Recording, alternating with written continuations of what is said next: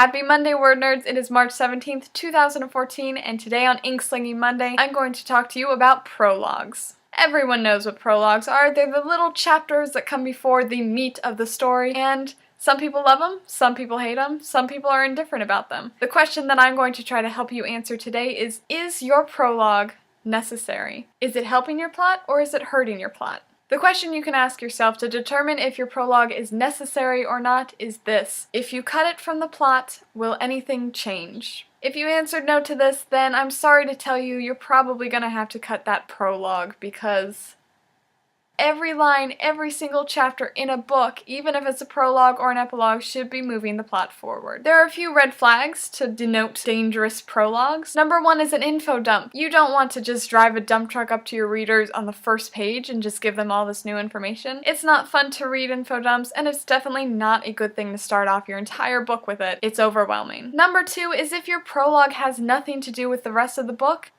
why is it there? Number three, if you are using your prologue only to hook in your readers and it's just some kind of play to get their attention, don't.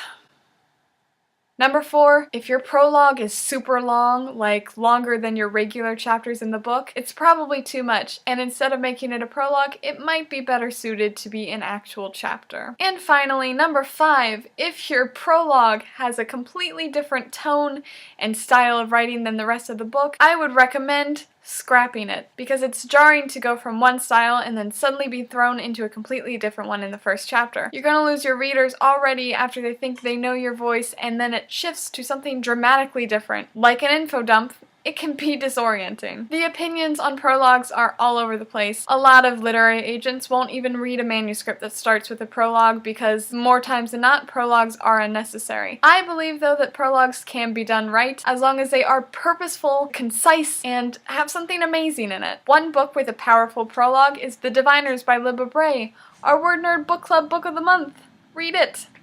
It's great. The prologue in The Diviners is perfect to set the tone, it's creepy, it adds something to the story, and it introduces what the entire plot of the story is going to be. Right off the bat, you know some evil spirit has just been awakened from the dead from a Ouija board, and it's going down. My current WIP has a prologue that I've revised at least a dozen times, and I'm still revising it. When I started out with my prologue, it was really just a writing exercise to get me into the groove of the story and the tone that I'm trying to write. But after I reread it, I realized that with a couple of tweaks, it could actually be very beneficial to the story. I just have to make it purposeful and serve as something other than world building. So what do you think about prologues? Do you have any that you've read that you've loved? Let me know in the comments. I'd love to read what you have to say about it. This Sunday we have another live chat, 7:30 p.m. Eastern Standard Time, at the new time that we are now going to be meeting live every week, hopefully, as long as nothing goes technically wrong. Our topic this week is writing male characters. Last night we talked about female characters, and Sunday we would love to talk about male characters and what makes them interesting to write, because, guys, there's so many things to say. I love you, nerds, and I will see you Sunday.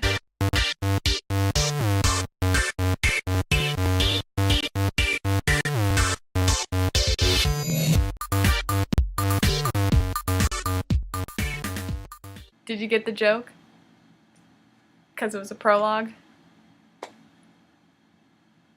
I hope it made sense, because we all thought it was hilarious. I am so tired. Everything is so much funnier when you're tired.